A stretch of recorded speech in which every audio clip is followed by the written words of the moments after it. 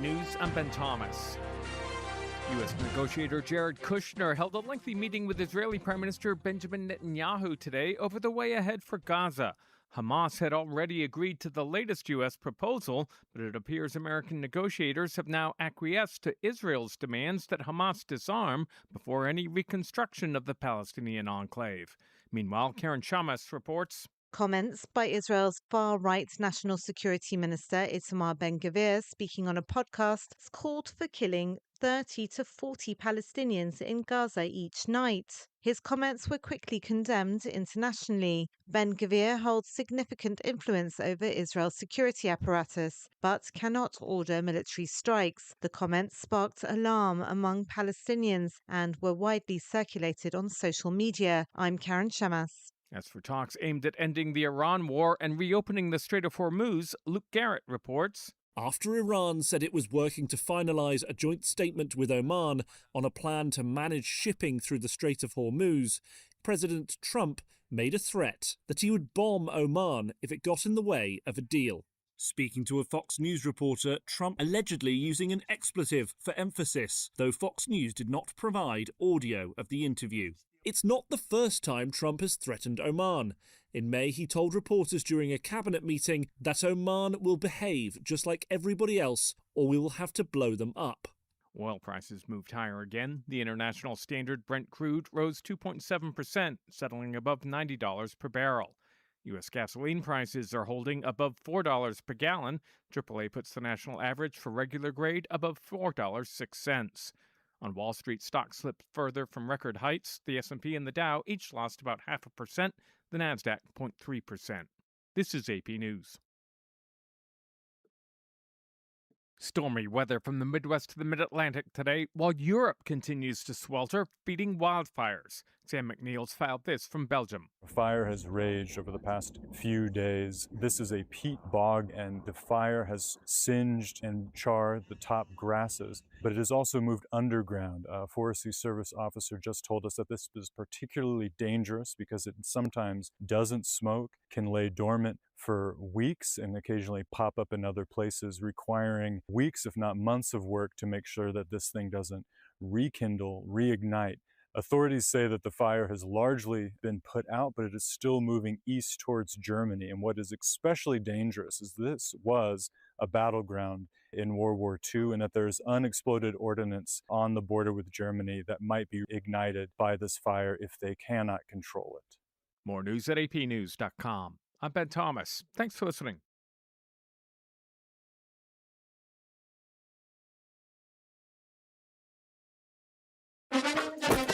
Fox Sports Update. The Buckeyes are on top.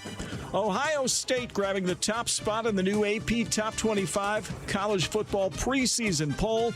The Oregon Ducks are second, followed by Georgia, Notre Dame, and Texas to round out the top five. The defending national champion Indiana Hoosiers, they begin the season at number 6, followed by Miami, Texas A&M, Mississippi, and Oklahoma to round out the top 10. The SEC topping all conferences with 9 ranked teams.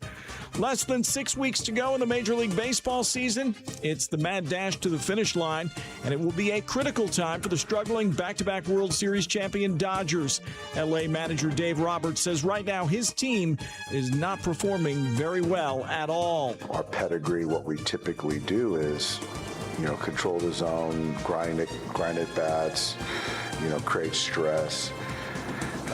We're not doing that. Since July 1st, the Dodgers are below 500 at a record of 18-21. However, Los Angeles still holds a significant lead in the National League West by 7 games over the San Diego Padres. The Dodgers are hoping Coors Field in Denver can help cure their ills. LA faces Colorado tonight, first pitch at 8:40 p.m. Eastern Time. 10 other games on the Major League Baseball schedule, including the Crosstown Series in Chicago, as the first-place White Sox travel across town to battle the Cubbies at Wrigley Field at 8:05 p.m. Eastern. One game on the WNBA schedule, Paige Beckers and the Dallas Wings are on the road in San Francisco to face the Golden State Valkyries. Tip-off after 10 p.m. Eastern. And golfer Rory McIlroy expressing concern about the state of his game, saying he felt lost at the FedEx St. Jude Championship over the weekend. He's the number 2 player in the world. For more scores, stories, and features, head on over to foxsports.com. I'm Frank Lanza. Get more on the Fox Sports app and foxsports.com.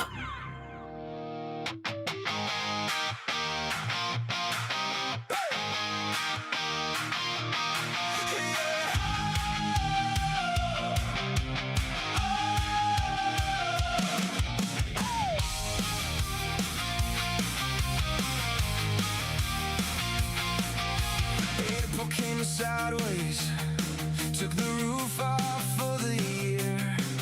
Then July came knocking on Rhoda's door. We counted every window, we counted every tree, and we counted every neighbor at the shore. And the radio kept talking through the night. Somebody's generator, somebody's light, somebody's light. We're back in the Marianas, Saipan, Tennessee, and Rhoda, hold on. Blue tops turning into rooftops, every single one of us still standing here strong.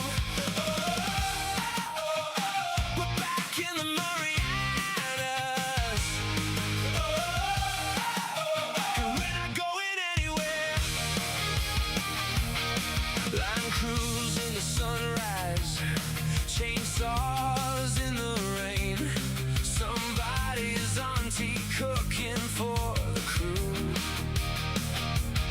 Trucks hauling August out of everybody's yard, and the flame trees came back greener than they grew.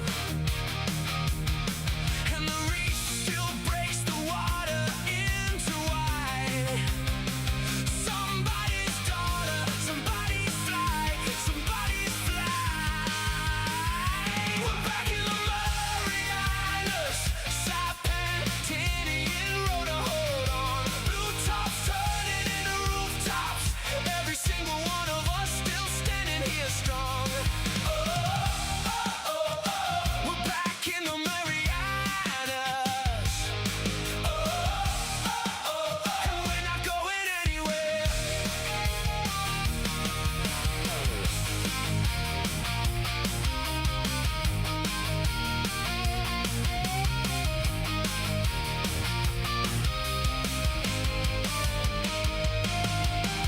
Now November's coming, and the ballot's in your hand.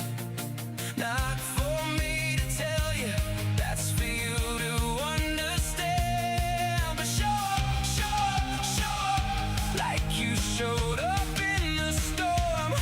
Every voice out on these islands is the reason we're reborn. We're back in the Marianas, Saipan, Tennessee, and Rhoda, hold on. Blue tops turning into rooftops, every single one of us still standing here strong. Oh, oh, oh, oh. We're back in the Marianas. Oh, oh, oh, oh. And we're not going anywhere. All right, good morning, Marianas. It is 7:44 here. It is the first day of school. Oh my gosh. That's right, parents who stay at home and make sure you are a domestic engineer and now your life is free. Sure, you're going to miss those little kids when they're out there and you have the whole house to yourself and it's quiet. No, you won't. They'll come back eventually. You get to enjoy your day. Teachers, this is your time to shine. Probably the most exciting day for public schools when you get to welcome everybody back. Forget all that budget stuff. Forget all the politics that go on with the Board of Education and all that other stuff. Who cares? Today you get to see some shining faces, kids wearing their brand new shoes, their brand new Zoris, their fancy school clothes. Not all of them, but some of them, they try to look their best on the first day because anything can happen for them. The future is in their hands. And today, the teachers are going to make them feel welcome and amazing, and it's going to be a heck of a day. If you can think back to your first day of school, we don't get first days of school anymore, not as adults. Well, I mean, yeah, if you're an NMC, of course, but we don't get that. It's like a refresh. It's a restart. It's a whole new season that's not it's only on the calendar. It's not influenced by the weather, but it's a fresh start. And these kids are going to have a great day. And make sure, parents, don't forget, no matter how busy you are, ask those kids how it was, how their first day of school was, and ask them about their new teachers and ask them about their new classes and all that stuff. Share in their excitement. Don't let it go by. And hey, maybe you're starting to get those grumpy kids, the high school kids. That's all right. Those kids still want to get hugged and get a little noogie too. Just get in there, hey kiddo, we love you. Anyway, it's an exciting one out there. And it is the first day of school, but you know what that means? First day of school buses. I know. Hey, don't worry. It does mean we're going to get more traffic, but it could be worse. Right now, it's just about Saipan traffic, and some of those traffic intersections and everything are a little heavier than others. So let's take a look at them right now. I'll tell you what, it's kind of cool because our traffic in Saipan right now is still pretty chill. No matter where you go, all around Saipan is looking mighty good. There's not a whole lot at the intersections because there's still a lot of intersections that don't work.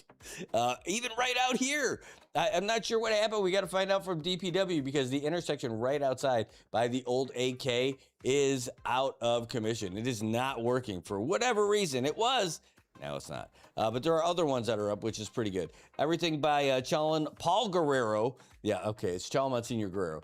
It looking pretty good over there by the intersection that matters, the place where connections matter at IT&E. Everything looking good over there. Scrolling down, taking a look all around Saipan. All the traffic is just flowing like a champ right now. Everything looking pretty good. And my goodness, look all around Saipan. Everything is just moving. Ever since we lost power at intersections, everything looks good. The only place that's showing like any little bit of static is over there in Garapan on Beach Road, like in the heart of Garapan by the bus stop. Can you believe it? No, everything is great. Anyway, that's what we got going on right now. That's your first look at traffic this morning. And man, it could be worse. Today's a great one. It is going to be a wonderful day today. It's going to be a little bit wetter. You can see it's a little bit darker outside behind me. It is not that super bright, shiny, melt your face off kind of sun. It's 80 degrees outside right now, and we are looking at a wetter day today in the next couple of days. 80 degrees up at the Saipan International Airport. We've got 90% humidity, and that should drop down through the day. But, man, it's not because the wind is blowing through, because it's not. We've got winds out of the east-northeast coming from the way it normally does again, 5 to 8 miles per hour. The 30% chance of rain as Landon will tell you, if they put a percentage on there, it means it's going to rain. So scattered showers and thunderstorms afternoon. Tonight, same thing, only no sun. It's going to be the same thing. Tomorrow, we're looking at scattered showers and thunderstorms again all day. Mostly cloudy, high near 86. That's the next couple of days for us. And so you don't have to worry about wildfires. You know, we're looking for that silver lining. There you go. Way to go, buddy. It could be, again, could be worse. That should be somebody's slogan for running for the governor's office. Hey, could be worse. I mean, I think that'd be a great re-election campaign. But for now, we got a whole bunch of noobs. There is not going to be an incumbent that's coming in. By the way, let's get back to this weather thing. I know because you guys have been talking to me about it, asking me all kinds of questions. What's going on with 92 West? What's going on with 92 West? I'm like, I don't listen to hip hop. Okay, no, I do. And that's not hip hop. That is totally this big little storm that's slated low for development, but it's out there. Take a look at it on the screen. 92 West is down here. The tracking has been all over about where it's been, all kinds of different directions. What we know it's eventually going to do is go toward this direction. What is it going to be when it gets there? Who knows? The Joint Typhoon Warning Center has got it rated slow or low, probably slow too, but low for development. And that's all we're hearing. And the other thing is, we're hearing everything from you. What's going on with it? What's going on with it? We reached out to Landon, our buddy, and he told us the same thing. He is being deluged, not by the weather, but by folks asking about the weather. So he can't even hop on with us right now because he is in Weno over there in Chuk. So right now there's 3 storms. There's 3 invest areas that are being looked at pretty closely by the Joint Typhoon Warning Center. You got 92 West, 94 West, and 95 West. 94 and 95 are already way past us. 92 West is way east of us. So I guess we're going to have to find out. But let's give the guys from National Weather Service a call. Let's get them on so we can hear directly from them. We're calling them right now.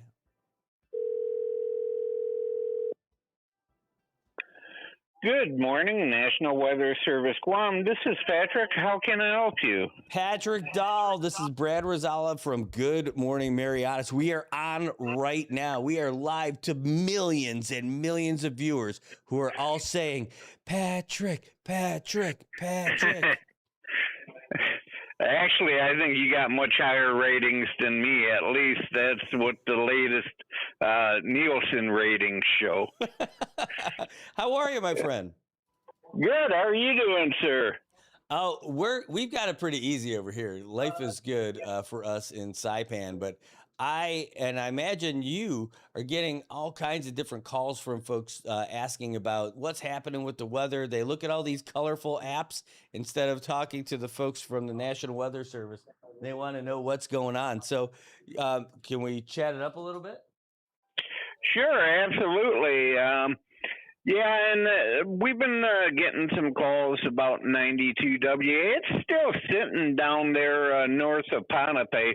This thing's moving slower than a turtle. I actually zoomed in yesterday, and we have many tools at our disposal with our computer systems. So I did what's called a distance speed tool, and I tracked it, the center, for 36 hours, and it's moving 270 due west at 2 knots, so 2.3 miles per hour. And this thing is, what's going on is the models have been in all these apps showing this thing's going to develop in 24 hours and start heading up our way. But when you look at the satellite imagery, it's, aside from some convection on the west and south side in the monsoon trough, there ain't much happening. And the reason for that is it's not a really tight circulation yet. It's pretty broad. It's being driven by the easterly trade winds. And so right now I'm playing a game with the models. I'm going with what I think and seeing what the models think. The models say this thing by this time tomorrow, Brad, should be heading north-northwest at about 10 miles an hour. I bet you this time tomorrow, it's still drifting west. I do think what the models are showing is correct. It will lift north-northwest, and once it does, it's going to be intensifying. But I don't think that's going to happen to maybe near the end of the week. And the lift in terms of it coming near the Marianas, and as far as it beginning that north-northwest jog, I don't think it's happening for 2 to 3 days. So what this does for us, and what's going to really make our job fun here at the National Weather Service in Guam today and tomorrow, is watching this thing like a hawk. And I'm zoomed in it. I'm on it like white on rice. And it is, the minute she starts to jog or burp, I'll be right there patting it on the back. But right now, I think it's going to take more time to lift north. And that's not good news for us. Because the further west it goes, the closer it may track to the Marianas. Mm-hmm. Now, the saving grace on this is, it's not supposed to come here to the weekend, and probably more so Saturday into Sunday. The models at a week out tend to, they have a known bias of being 18 to 24 hours too quick. So when the apps are showing Friday, Saturday, it's really going to be Saturday, Sunday. Is it going to come through the Marianas? Yeah, absolutely. I have no doubts on that. Here's the question. Where in the Marianas, when, and at what strength? And that we don't know. A lot of the models right now are taking it up near Poggin. But some runs have shown a distinct left hook turning towards the Marianas, and unfortunately, right towards your studios. Saipan would be in the middle. The good thing is it's shown it to be fairly weak as it does it in some of the latest AI-driven models. But, it's wide open. Some models show a very weak system, and some models in a week show a typhoon or stronger. It's just a wait and see. Well, and nothing we could do about it. We just have to see this thing start to get up and make its way over, because we know it's gonna, but what is it gonna be? Right now, it's nice and weak, so let's not feed that beast. Yeah, and who's to say if it stayed weak and got due south of us, it could pass west of us. We've had some systems this year that the model said would lift up towards us and across us, and it just kept going west, bypassing the Marianas to the south, and then headed northwest into the Philippine Sea west of the Marianas. So that's really our forecast dilemma is. We got to go with experience. We got to go with what the models show, and we add in climatology, and we try to come up with the perfect recipe of a forecast. But, all options are on the table. It could bypass us to the east and north. It can come through us, and it could bypass us to the south and west. Now, I do think the south and west is not a zero chance, but I don't think it's too likely. I do think eventually it's going to get its act together and come up here. It's just a question of when and at what strength. Yeah, well, we're hoping that it's not too bad. We're just starting to get a little bit of a gloomier looking day today. What do you think the weather's going to look like for the next 24 hours up here? Well, we got some showers on the radar and even a few thunderstorms here and there, including east of Saipan, about 60 miles east. These showers are drifting southwest. Now, on your radar app, you'll see some stuff moving west, and you'd be like, Patrick, what are you talking about? There's some stuff moving west. Those higher returns, that's just the cloud movement. The radar's picking up the moisture in the top of the cloud. Mm-hmm. The airport, both Saipan and Tinian, have not shown any measured rainfall over the last few hours, but there is some stuff up there, and I wouldn't rule out a quick shower or thunderstorm, and it could even briefly come down moderately heavy, but I'm not looking at any flooding concerns or nuisance flooding at best briefly. But I think even that's less than 50% chance. So really, folks can enjoy their day. It's going to be a mix of sun and clouds and a quick shower here and there, splash and dash shower. But really, our attention is going to be continuing to focus on this thing. The fact that it's moving so slow, that's kind of a cause for concern. If it was moving west at 10 miles an hour, we could say, hey, 2 or 3 days, by the time it makes its move, it'll be west of us and may bring us some showers, but that's it. But with it only moving at a couple miles an hour, we need to watch it. Oh, I hear you. Hey, Patrick, we're coming up against the top of the hour. We have a boatload of guests out here. They're all pretty cool. Not as cool as you, but they made the time to get in here today, too. Can we check in with you tomorrow morning? Absolutely. All right. Well, hey, thanks for all those updates. We're going to keep our eyes peeled to all this stuff and look forward to talking to you a little bit more tomorrow morning. All right. Have a good one. You too. That's Patrick Dahl from the National Weather Service in Guam. Teen heartthrob. Yeah, he's out there ready to bring all the weather of the Marianas to you. All right. Hey, we've got a couple of guests in studio, and this is going to be the show for guests. We're going to set a brand new world record. All right. Hey, we're going to be back with more news, sports, weather, and this great update about what you should be doing with your life right after this.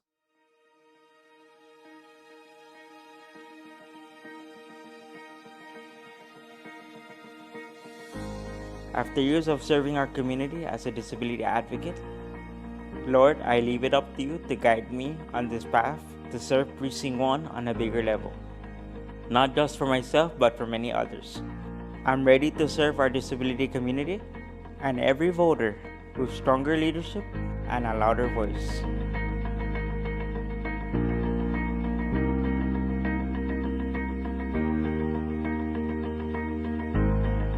My name is John Damapan Jr., Precinct 1 candidate for House of Representatives, ready to be an equal voice for all abilities. Please vote Republican. My name is John D.L.G. Damapan Jr., and I approve this message.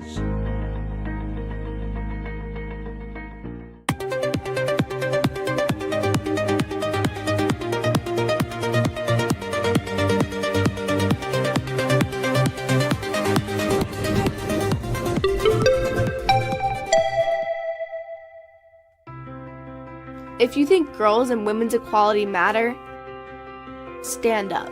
If girls and women's sports matter, and you want your daughters to have the same opportunity you had, stand up. If you know that it isn't fair or safe to allow males to compete in girls' sports, because it's, well, obvious, stand up. Don't be cowed by people who call you a bigot. You're not a bigot. Don't let men tell us how to be good girls. Don't let others tell you you just need to be quiet. Sit down. Be nice. It's not nice to further a lie. It's not mean to believe in women's equality. We deserve our own sports, privacy, fairness, safety. We deserve a chance to compete and win. So don't be nice. Don't be careful. Be honest. Be brave. Fight for women. We've come too far to give up now. And if you agree with that, stand up and stand with us.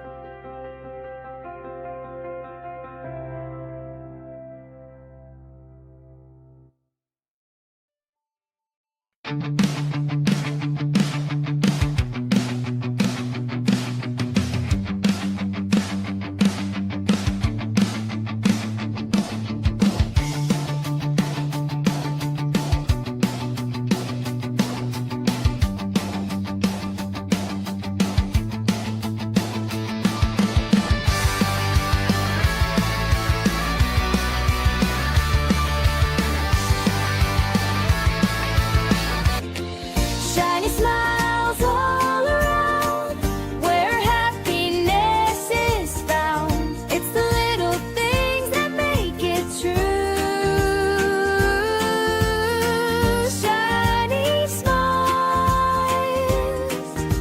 start with you. CNMI, in a season full of promises, this is mine to you. I will keep showing up. I will keep working hard, and I will keep working with anybody as long as it benefits the CNMI. Don't send us back to the starting line. Send us back to finish what we started. I am Kimberlyn King Hines, and I approve this message.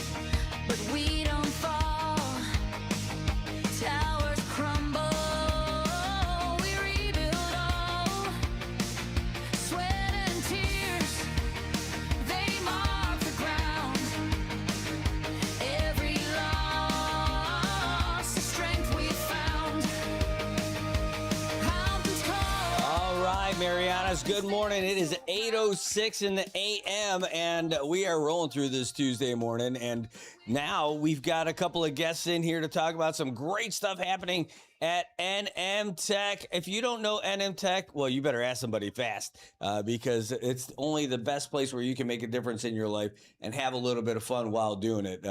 We have Travis Jones and Ben Babauta here with us. Super excited to have these guys with us because they know all the, you guys know everything.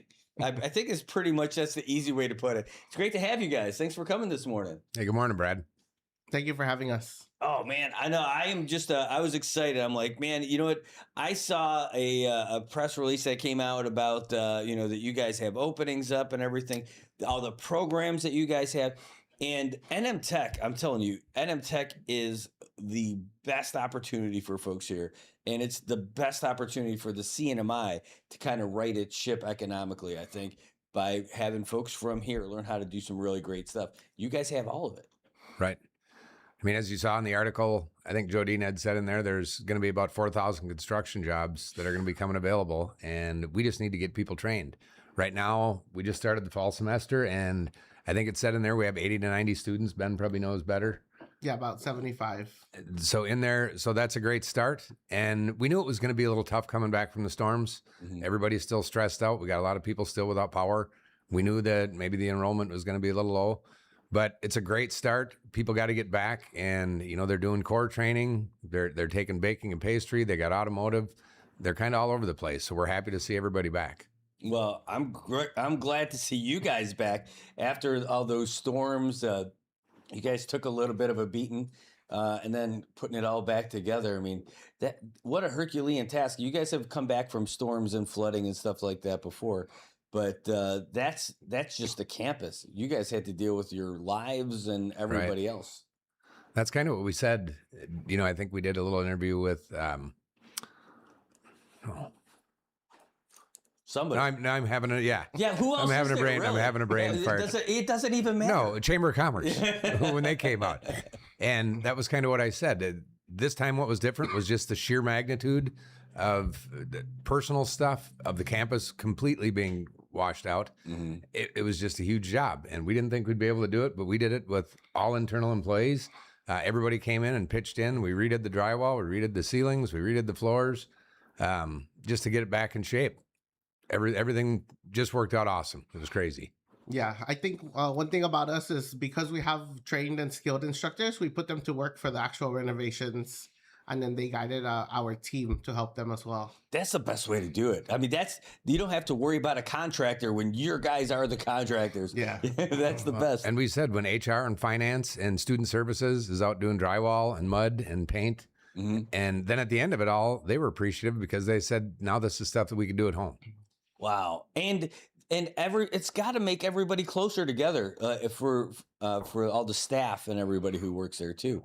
Because you're putting all that stuff in. Except for the people that actually would say at the end of the day, if Travis would quit being such a crab ass and stop yelling and give us a break every once in a while. That's shy. Hey, so what we did have was that a bunch of stuff was going to happen on the 5th. That was the big, orientation for all the students and stuff like that. And because this next school year is starting up. But are there still openings for folks if they want to get in? At the moment, what we're doing is focusing on our current classes. We do have special programs that we'll be running, including right now we're working on a what are we working on? It happens. It happens, doesn't it? Right in the middle of the sentence. We are working on a. What are we putting in our coffee? Forklift operator training. Yeah. Forklift certification. Yes. So we're working on that one right now. And then we're also working on enrolling our DOC outreach program. Mm-hmm. So we have people in the DOC outreach program that are going to continue our classes, and we have new students as well. So we're excited to get back into our regular programming. And the one thing about DOC outreach is we will help them transition once they get out and help them get back on their feet and reduce recidivism. Wow. Well, that's important. The recidivism rate is kind of tough here in the CNMI, and you guys being able to do something to take a bite out of that is great, man. The with everybody's damage that they got to the houses, and like you mentioned, what you did just for the staff and the skills that they were able to pick up, that was massive. But I think like everybody, do you have to be a full-time student that's in there all day, every day, or can like a regular schmo like me get in to learn some electrical stuff or get in to learn some carpentry stuff? No, you can be a regular schmegular, Yeah. as you put it. No, we do have a lot of working students, and then they come to school after their full-time job. We have classes at 4 o'clock, 5 o'clock, 5:30 to make it fit. And our classes are Monday to Thursday, and usually run about 2.5 hours besides culinary. But yeah, we have all walks of life, and we have about a bunch of brand new students that came in wanting to learn how to do something because of the storm. So we had some come in that they said that they wanted to learn electrical because they needed to fix their weatherhead, and they knew a lot of people that needed to fix their weatherhead. So they took the first step in doing that. That's amazing.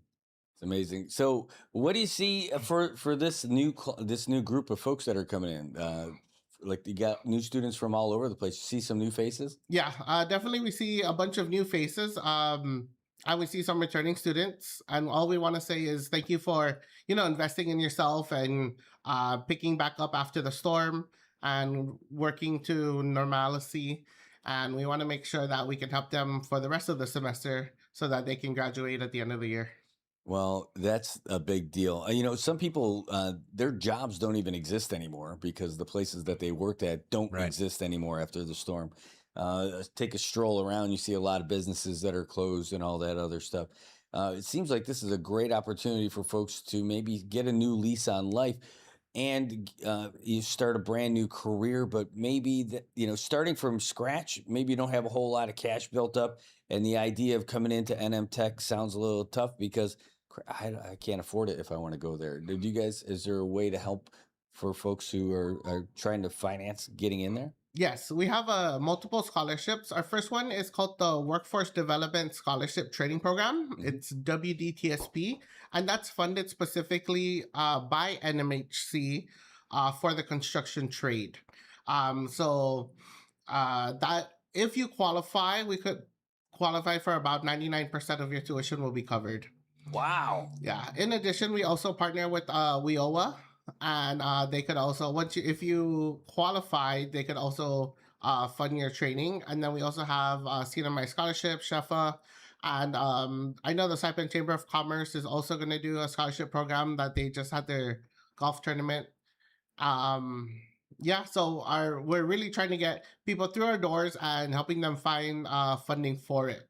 I know a lot of people are talking about the GI Bill and funding for the military and veterans. So I want to say we are working on that. It's a lengthy process. We've worked with Guam National Guard, Pacific Air Force, and right now Kim Hines, Representative Kim Hines. So we're really trying to leverage all resources to get that so that we can get our veterans to our doors as well. Yeah, I'm in a couple of veterans chat groups and all that other stuff. I also only vets, but that's one of the talking points because people know that you guys do great stuff and they were trying to use their veteran benefits to get in there, but they don't have to rely on that only because you have all those other options that you were just talking about. Correct. Yeah.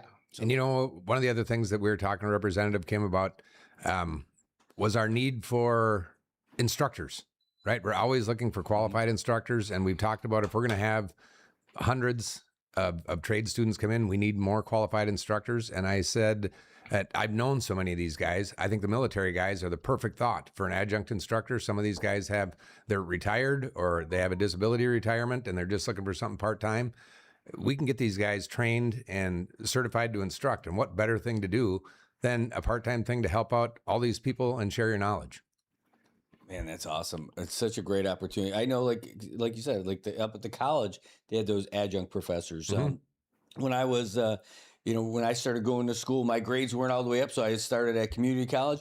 And what do they have? Adjunct professors there too, from the bigger schools. So, but you're getting real professionals that can go out there and help. And so, by the way, if someone is one of those pros who's out there and wants to do it, who do they contact? They can contact any single one of us. And I mean, I am actively telling people and seeking people, just come and see us. If it's probably not going to be me that's going to answer their questions, but if I got to carry them in through the door, I'll do that because we need them. And I mean, Ben and Jodina, everybody there, Alicia, we'll get them in and we'll get them certified. Yeah. We also do this training program called,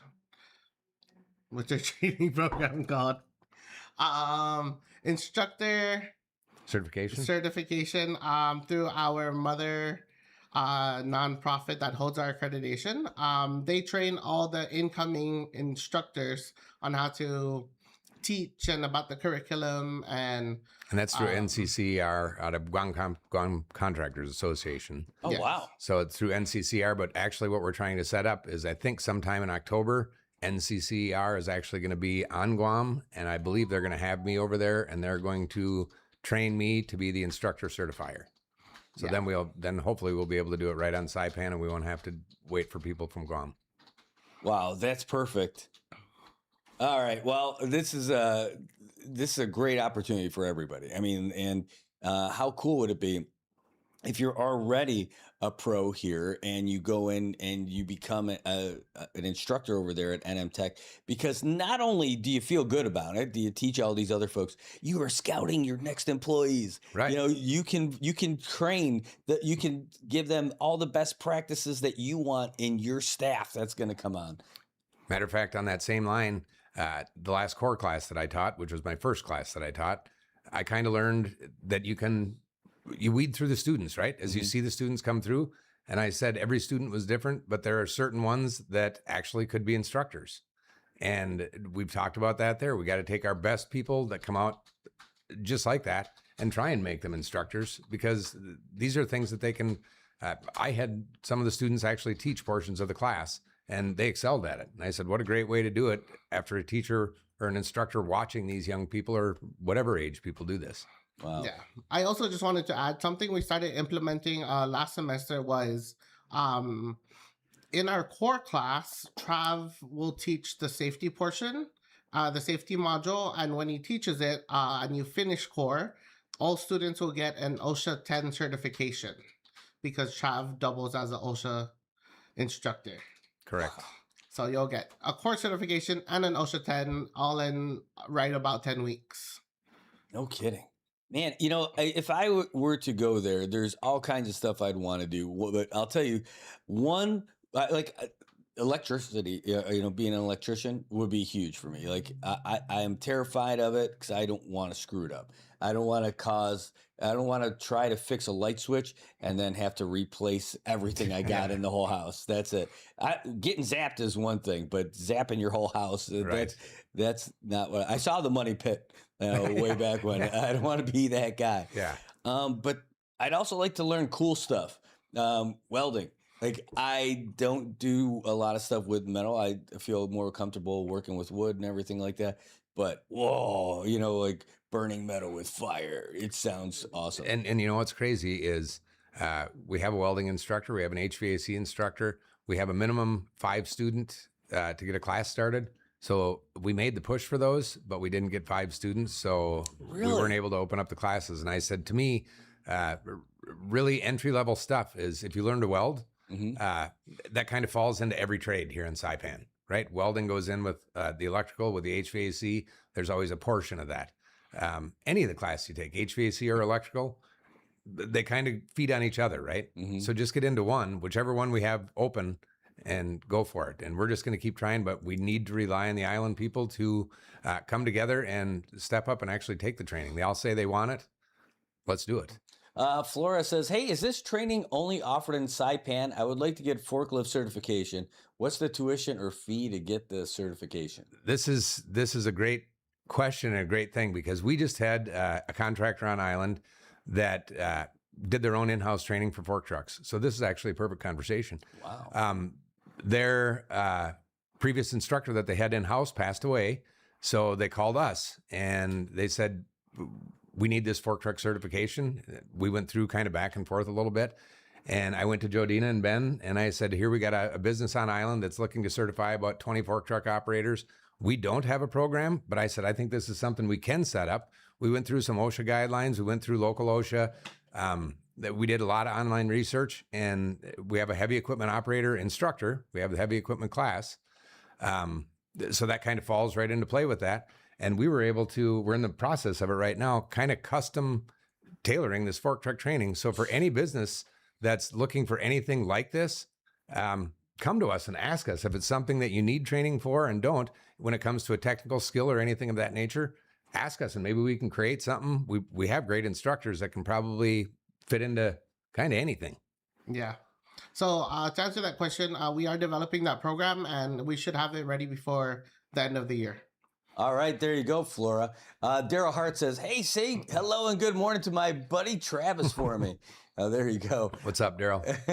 A lot of folks out there just saying good morning and stuff like that, and looking forward to some of those other opportunities. But that welding, man, I'll tell you, it would be cool. Like, just think about, like, if you're doing railings at the house, or if you're doing, because, like, I know how to use a hammer drill to anchor all that stuff down, but the idea of welding anything that breaks is just rough for me.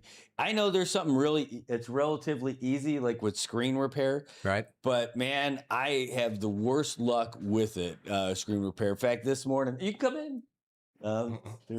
These are our next folks coming in from ESGR.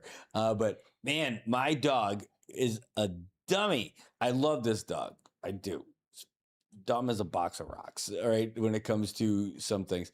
Really excited in the morning. We're going to go outside. Yay, let's do it. I have to open up the glass door. Then I have to open up the screen door. He only watched step one, and boom, we just did the screens. Just them 2 days ago. Right.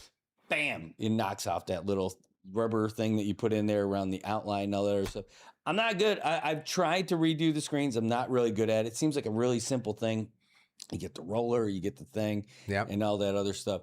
Now, I got to go ahead and redo it just after we got it redone. Like 2 days ago. 2 days ago. So this is, I'm guessing that might fall in one of the things that you guys... I would say go ahead and take the welding class, then weld bars right across the screen, and then you're good to go. They'll never get out. But along that lines goes another thing. For me, I'm thinking about taking the welding class as well. I haven't welded for 35 years. I did some welding in my apprenticeship. But for every hobbyist like you or myself, I know that once I take the class, and Shai knows too, that I'll just be obsessed with welding. I'll just weld everything. I'll be welding all the time. So it doesn't have to be for a career. It can just be for a hobbyist as well. People just want to learn what to do there at home. Well, I know I want to put up a sunshade to help with, well, not like I have to worry about it today, but I want to put up like the sunshade stuff, and it's going to involve some metal because, I don't... You pick. Do you want it to be rust or do you want it to be termites? So I figure the rust will take longer. Yes. If I get the good stuff. So, and I know there'll have to be some bit of welding. The other thing is, not just welding, but like even just working with like piping and stuff like that. There's probably. Do you guys? Is that part of a course or anything? Or I don't know how you guys structure it, but like I know that you can bend them and all that other stuff. That's in our electrical class. We got conduit bending. So for all that electrical, we got the pneumatic benders and all that good stuff up there. All right. It's so funny. When people pop in here and they see that people are on, the lights are on, they're like, well, I guess I can't walk in. They can totally walk in. You're live in the waiting room. Yes. Oh, man. I think I'm going to have to figure something out. Maybe I'll have to set up like a little curtain there so people can just walk in and feel comfortable. Maybe we'll weld something. Yeah, I was going to say. There we go. Welding 101. We can do it. All right. Well, we know you're busy. Yeah, well, today's a big day, but it's a big thing to have you in here because you guys have the key to the CNMI's future and in the future of individuals who just have not come in and checked you guys out yet. Anybody, anytime they can stop by and check you guys out? Come and see us anywhere, anytime. I mean, Ben does a great job. Him and his team are out all the time. They're at like every single event with a booth. So just go see him.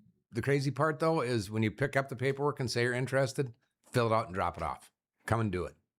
Don't just say you want to and then 2 weeks later, yeah, maybe next week. Just do it. Yeah. All right, that should be a slogan. Just do it. I mean, I think it's a good idea. I should wear number 23. Yeah, we came up with it all ourselves. All right, so that's what we got. Any shout outs or anything? We just want to say a shout out to all our brand new students and our returning students. Thank you for investing in yourself, and also to our employees. Thank you for working so hard, and to our family and friends. Thank you for supporting us. Awesome. Yeah, and I just want to say a shout out to everybody. We got a lot of stuff going on with elections coming up. Just remember, it takes every single one of us to vote, to listen, to do our part, to stay in business, to pay our taxes, to keep building, to keep moving forward. Let's just do this together and get through it. All right. Ben and Travis, 2026. All right, you guys. Great to see you. Thanks so much for stopping by. All right, folks. Hey, we are not even close to being done today. We are going to be overtime of overtime. We got folks in the bullpen ready to come in. We got folks coming in all day today. Yeah, Flora's like, yeah, welding would be awesome. I'm like, yes, I agree 100%. All right. Hey, we're going to take a real quick break. We come back. We got guests aplenty. We're going to let them fight it out in the steel cage match to see who's next. All right. We'll be right back. Hafades Antiro. I am Lawrence Ferreran Camacho running for governor alongside my running mate, Miss Edith De Leon Guerrero. We are running because we believe the CNMI can be a place where families choose to stay, where businesses grow, and where our children have opportunities to thrive. And our focus is simple, and that is to turn recovery into real opportunity for the CNMI, to rebuild with purpose, with accountability and transparency that our people deserve. Please vote for the Camacho de Leon Guerrero ticket, and let's build a future worth staying for. Si Diyos maasi, Ola mo ay za pwede isay nata unay todo ni bendisyon niya.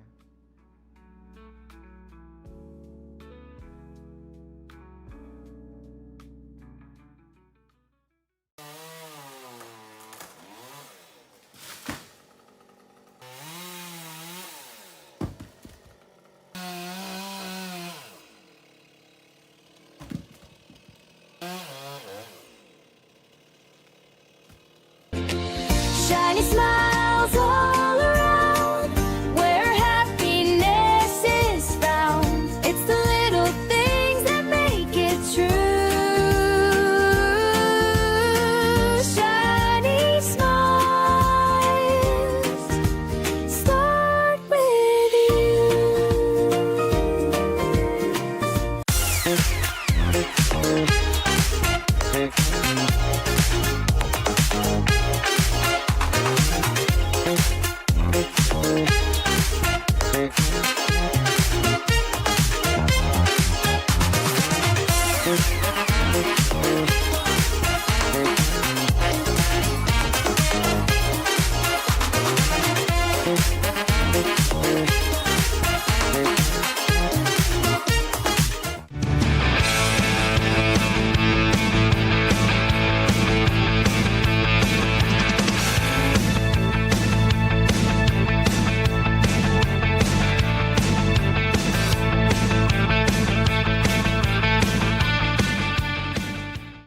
They're friends and neighbors, sons, fathers. They're little league coaches and veterans. They're people who love this country. These are Immigration and Customs Enforcement officers. They are removing violent criminals from our streets and neighborhoods. It's dangerous and difficult work. But ICE has one mission: to make America a safer place to live. And that's what they're doing. This is law enforcement. This is ICE.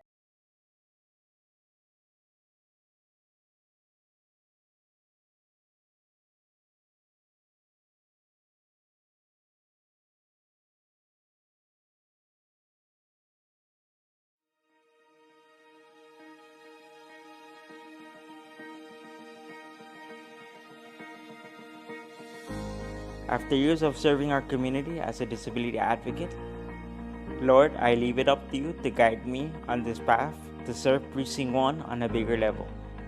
Not just for myself, but for many others. I'm ready to serve our disability community and every voter with stronger leadership and a louder voice.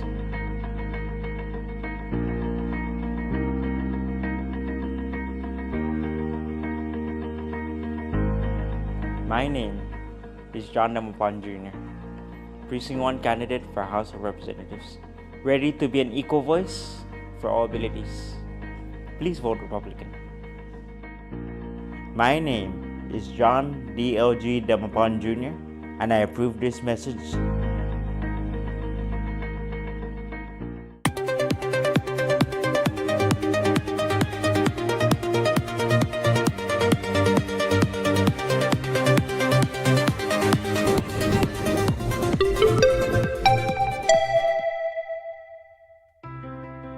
If you think girls and women's equality matter, stand up. If girls and women's sports matter, and you want your daughters to have the same opportunity you had, stand up. If you know that it isn't fair or safe to allow males to compete in girls' sports, because it's, well, obvious, stand up. Don't be cowed by people who call you a bigot. You're not a bigot. Don't let men tell us how to be good girls. Don't let others tell you just need to be quiet. Sit down. Be nice. It's not nice to further a lie. It's not mean to believe in women's equality. We deserve our own sports, privacy, fairness, safety. We deserve a chance to compete and win. So don't be nice. Don't be careful. Be honest. Be brave. Fight for women. We've come too far to give up now. And if you agree with that, stand up and stand with us.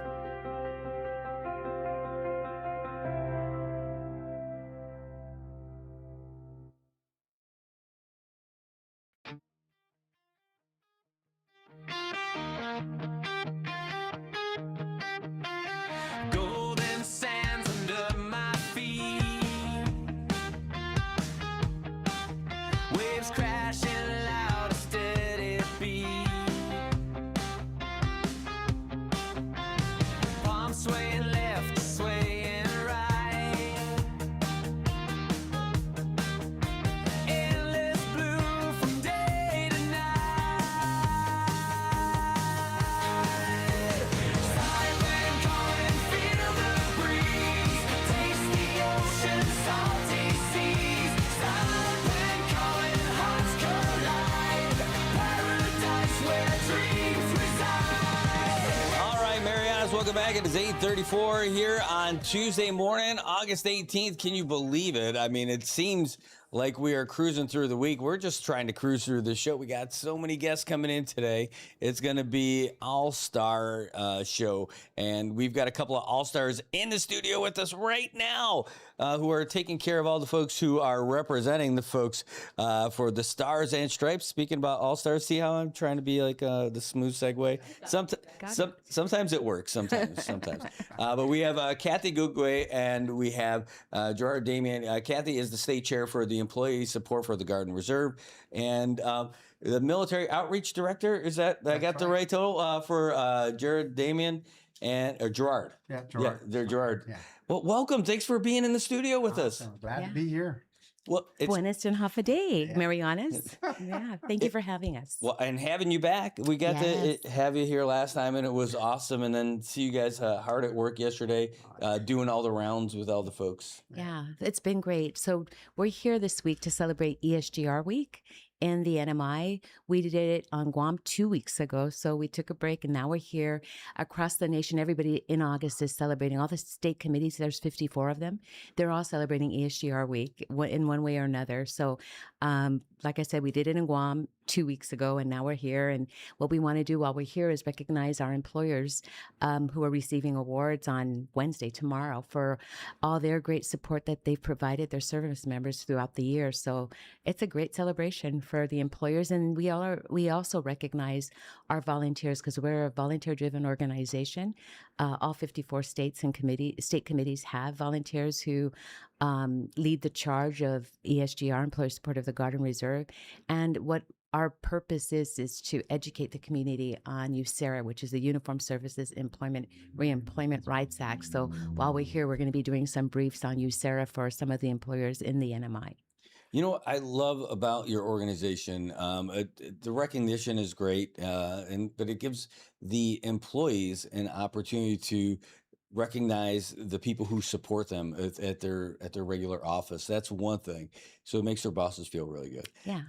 But it's so easy to just see people through one lens, and a lot of the employers would just see that that's just an employee who does the job they need to fill to get something done in their company. But the bigger picture of their service to the nation and staying sharp with their training, and then especially when they get deployed, this gives them, when you do these kind of recognition events, this lets them see that whole picture, what you're doing.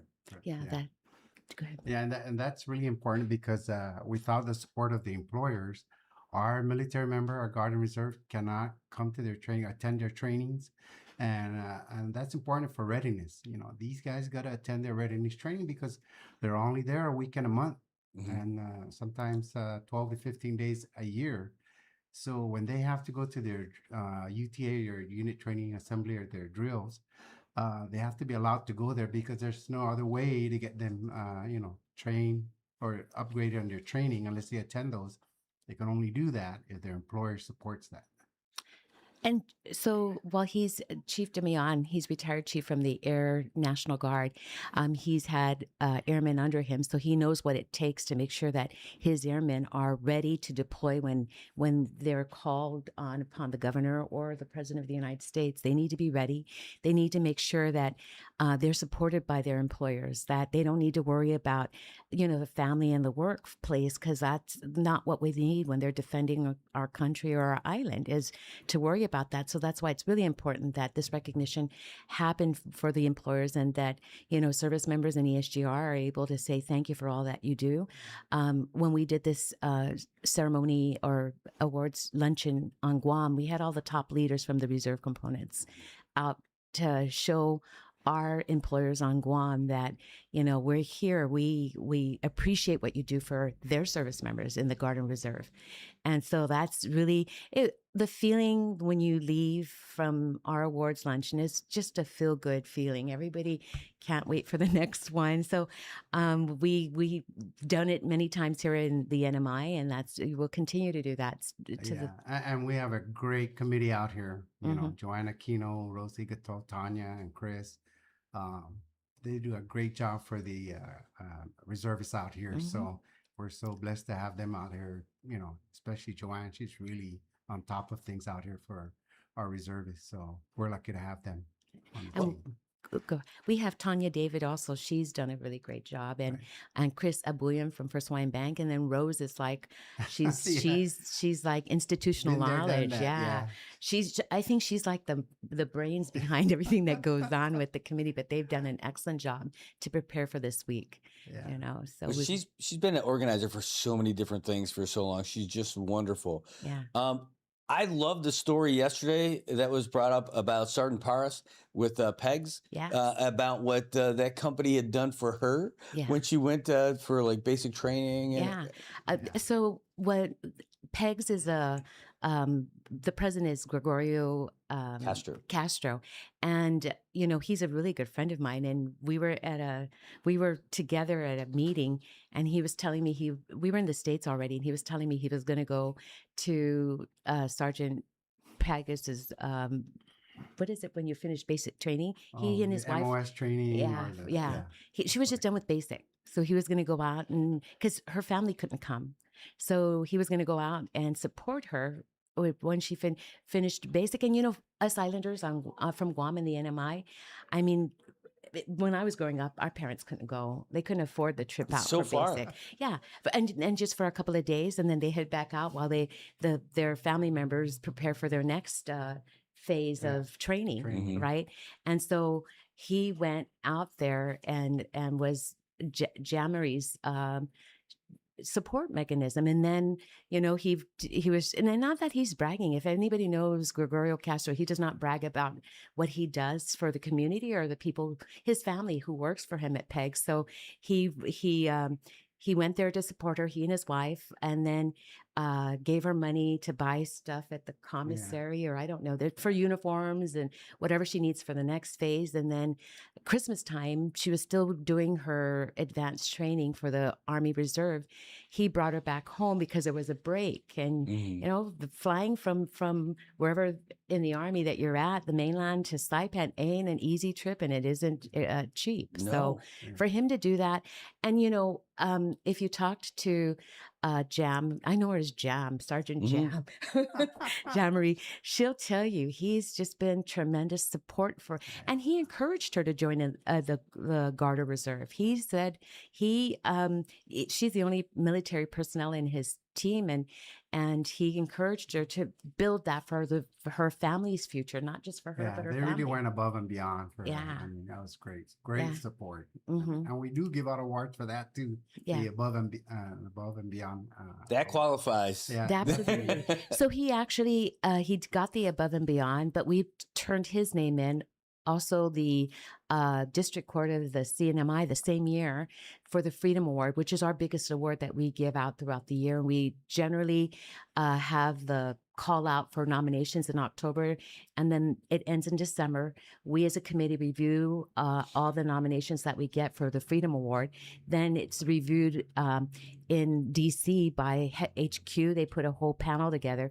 So PEGS and NMI were submitted for the Freedom Award, and PEGS made it as a finalist. So there's like over 150 competitors for the Freedom Award. He made it to the top 30, and for our committee, that's amazing. Nationwide, that's pretty good. That's for Who's NMI. gonna beat that story? You know, what are the other 29 people? Well, you know, I knew they needed a kidney, so I gave it to them. You know, Yeah. That's incredible. That's amazing. And for an island, remote island in the Marianas, to get that recognition is amazing. So he made it as the top 30 finalists, and then they narrowed down to 15. So we need to figure out what those 15 employers do to get a Freedom Award. So our state committee hasn't gotten a Freedom Award yet, but it's a goal of ours to one day get that. So it's amazing what employers do. And so last year for the Pro Patria, that's the biggest award that we give out as a committee. NMI got 2 of those awards out of the 3 that we give. So there's the large business, small, and then the government awards for Pro Patria. And PEGS received for the small business, and the district court received for government. And for 2 companies from CNMI to get that award in distinction in 2025, that's incredible too. Yeah, so that's a testament to Joanne's team. Yeah, they're doing an Absolutely excellent job. incredible. Yeah.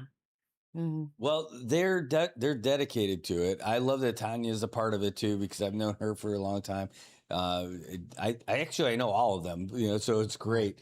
And it's great to see you guys come up here too. And, you know, when I was in a million years ago, I was active. And so we thought we were all cool, and the guards and the reserves, weekend warriors, whatever. Right. But the world has totally changed. Those guys do a lot more service.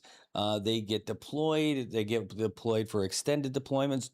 There's not a whole lot of difference now between what the regular active folks do and then the folks who we used to call the weekend warriors. They get a lot of work. Absolutely. You know, President Bush Jr., he made a big statement. He said, you know, without the reserve components, the Guard and Reserve, we wouldn't have been so successful out in the deployed area, you know, since 9/11 hit. And now when you're out there in a deployed site, you cannot tell the difference between a Guard and Reserve. They're trained the same way. Their skill sets are the same way, discipline, everything. So the weekend warriors, you know, it's not there anymore. Highly trained. And that the war that we have in the Middle East, we all have to remember that the first casualties were reservists, you know? So as the chief had said, there is no difference, right, in what is happening globally.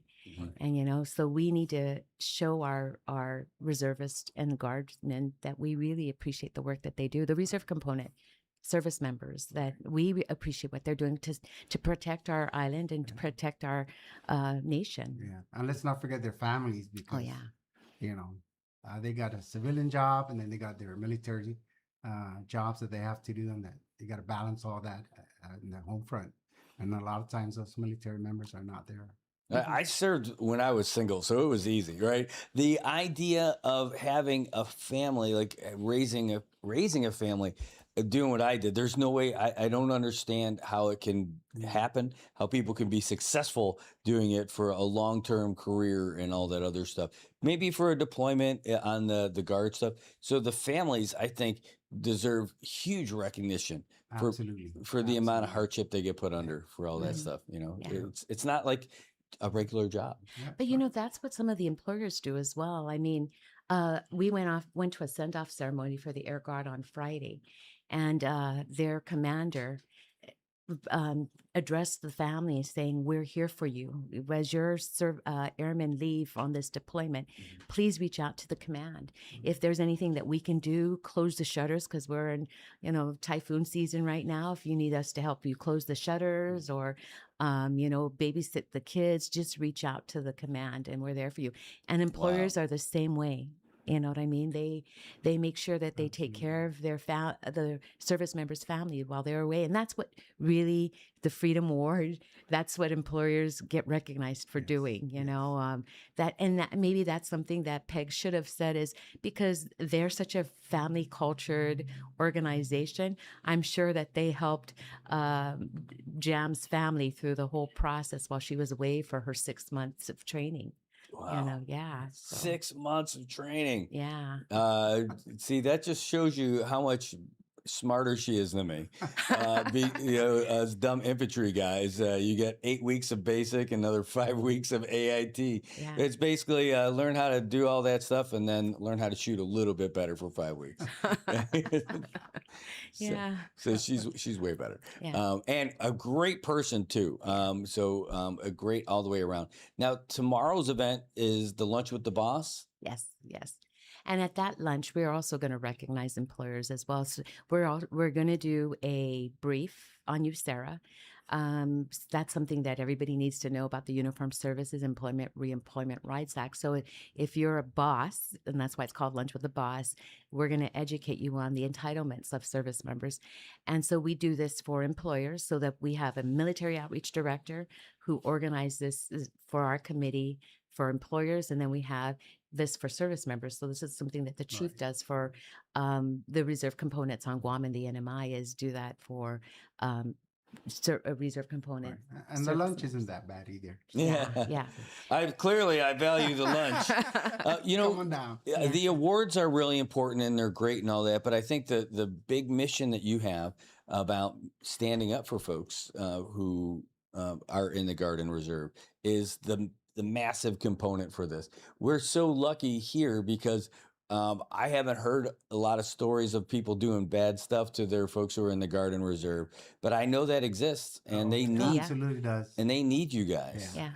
We're recruiting new people all the time, so a new military member doesn't understand that they have USERRA rights, and so when their employer tells them you can't go because we need you, the violation of USERRA. So the briefings that we do, it just educates them on what to say and how to say, so you still don't break your relationships with your employer.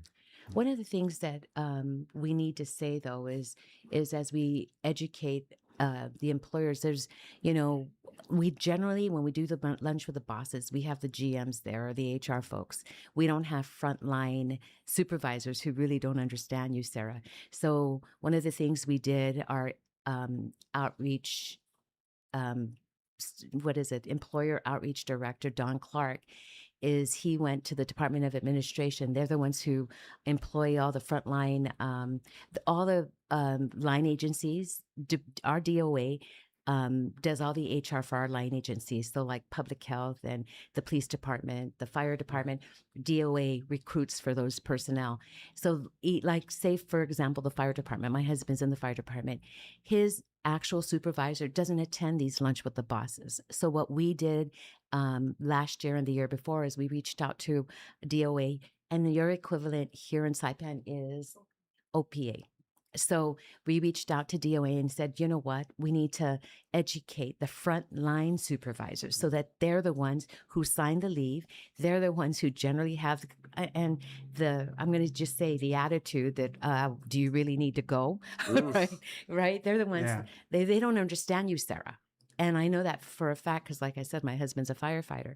And so we reached out to DOA and we said, can we do these sessions, USERRA sessions for the frontline supervisors? Because they need to know. We've done it to the chief. We've done it to the general manager of a company and the HR people. But how it trickles down into the organization, we're not reaching that frontline supervisor. So we did that with DOA. Like I said, they're the hiring arm for GovGom.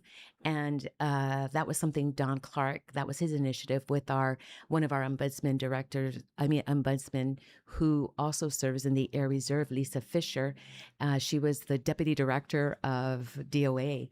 And so it helped that she understood our mission. So she allowed us to be on DOA's schedule every month. So we reached out to frontline supervisors and said, okay, this is you, Sarah.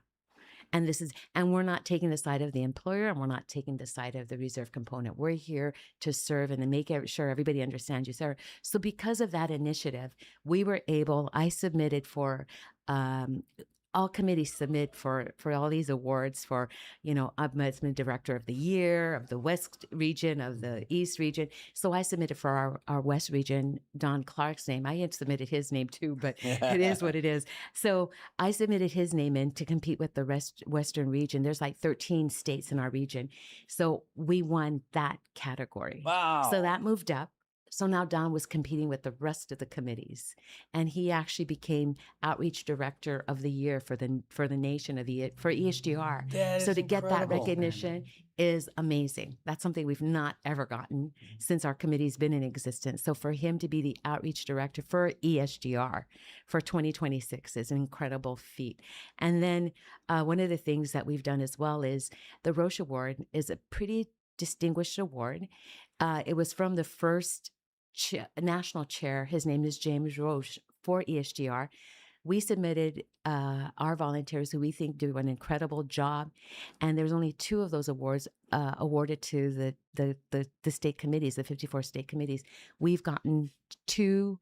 We've got one of those awards 3 consecutive years in a row. So we had Benny Polino, General Polino, in 2024. He received the Roche Award. Wow. David Sablon, 2025, and Don Clark in 2026. So this little committee is doing some really amazing stuff for our volunteers and our employers. So we're out there to make a difference. Yeah, we're not stopping. We've got we're not OPA stopping. briefings this morning. After that, it's DOC. So we're just briefing and educating the whole time we're here. You guys are going to places that are definitely be happy to have you as well. You've got the folks from Department of Corrections. I saw Commissioner Torres was there yesterday. Oh, yeah. He's a big fan of what you guys do. And you said OPA, they're supportive of their team too.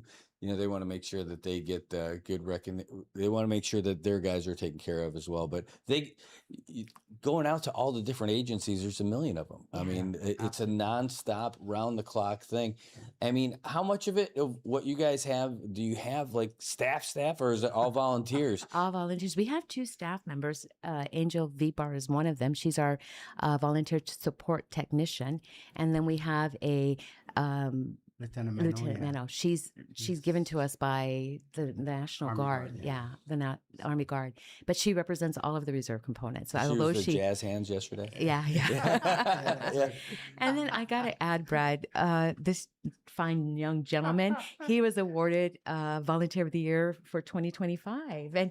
And we had our big award ceremony on Guam, and he wasn't there to receive it. Yeah, I was off island. So Yeah. I was surprised when they told me. I was like, So that's a big deal. That's a really big deal too. So yeah, we got lots going on. Yeah, well, I can see it. All right. Well, we've got lots going on today too. It's a nonstop day. I'm looking forward to tomorrow as well. But can you give us a little snapshot? What do you got going on for the rest of the day today? Oh, we've got several. So like the chief had mentioned, we've got 2 briefs for you, Sarah, with OPA, right? OPA and DOC. And yesterday we had nothing but back-to-back appointments with the government officials saying, hey, we're here. Let's celebrate ESGR week in the NMI. So we were busy from when we touched down from Guam. We were at the governor's office, the Congresswoman, the mayor Yeah. Camacho. So this NMI team, Joanne and her team, have kept us busy throughout the whole week that we're here. And so tomorrow now is just a little more focus on just recognizing the employers that'll be there, and I will do another brief there tomorrow, just anyone new. Yeah. Just in case, want to make sure we capture that. And then the lunch is good. The lunch is good. Hashtag the lunch is good.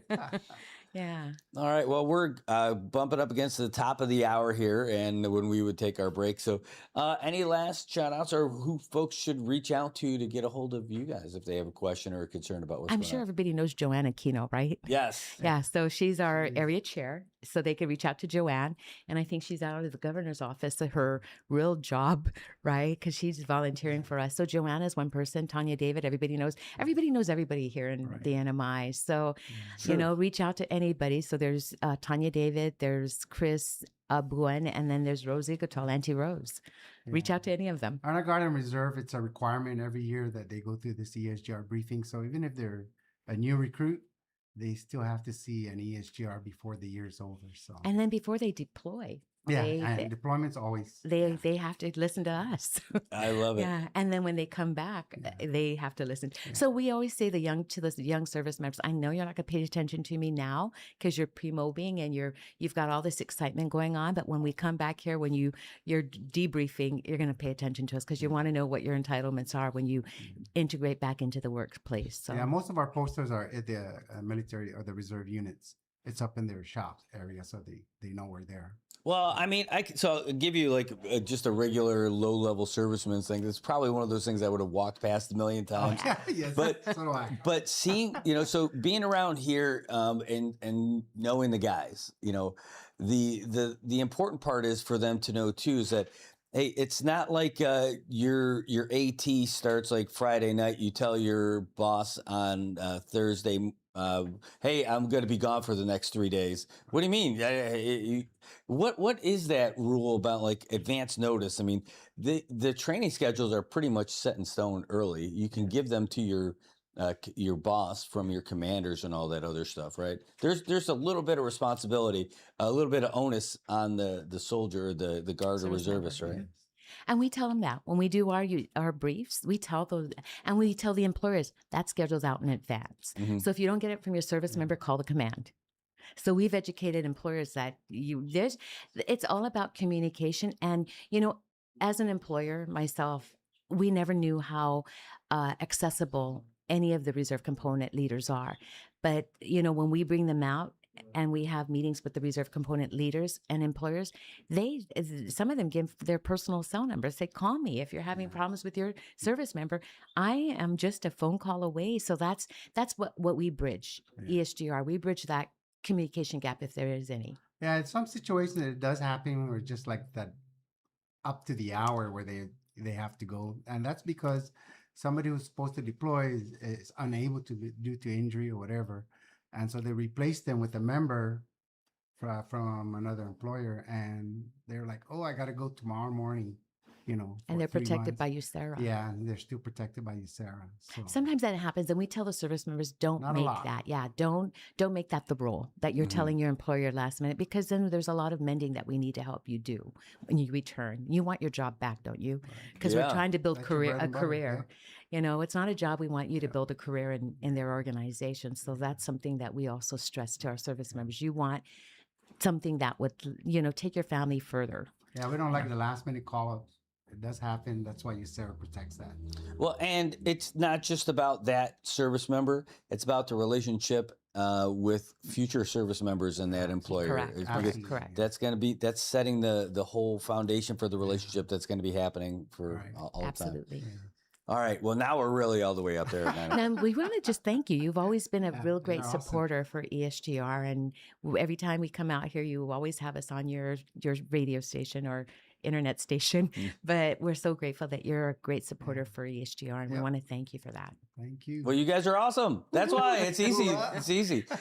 All right. Well, thank you for being here with us. We're going to throw to the news and get an update on everything that's going from the Associated Press. Probably sneak a little bit of sports in there. Speaking of sports, we've got the Pickleball Federation going to be coming in talking about our national team that's going to the World Cup. And we still got to sneak in the folks from DYS who are here, probably getting rained on right now. They decided to just enjoy looking at traffic, which right now is looking pretty good on the first day of school. So Gerard and Kathy, thank you so much for being here with us. It's been an absolute delight. Thank you so Thanks for much. inviting us. All right. And we'll see you guys tomorrow for sure. Absolutely. Thank you. All right, folks. We're not going anywhere far, but we are going to get out some of these news updates for you so you can see what's going on. So don't go anywhere. Here's your latest news and updates from the Associated Press.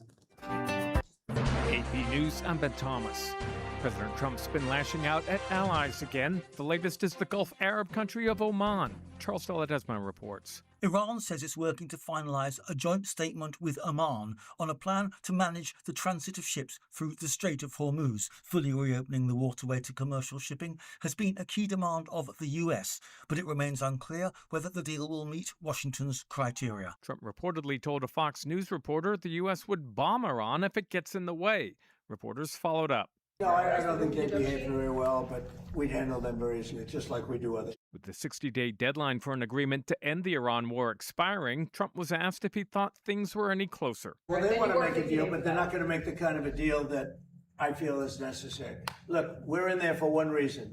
Iran cannot have a nuclear weapon. You understand that? Iran cannot have a nuclear weapon, and they won't have a nuclear weapon. Meanwhile, Luke Garrett reports President Trump's ordered the Pentagon to scale back joint military exercises with South Korea. In a social media post, Trump said that the exercises are not only costly, but send a signal that is totally inappropriate and hostile to North Korea, which he said has been unthreatening and respectful during his time in the White House. The latest exercises were officially announced days after North Korea resumed ballistic missile testing activities banned by the UN. North Korea views the drills by the US and South Korea as a rehearsal for an aggressive war. Following Trump's post, South Korea expressed hopes for resumption of diplomacy between the US and North Korea to ease animosities on the Korean peninsula. Trump also said that South Korea had declined to help with the US's war against Iran. And kindergarten vaccination rates have declined again, with exemptions reaching a record high. Federal data shows 4.2% of children are exempted, mostly for non-medical reasons. This is AP News.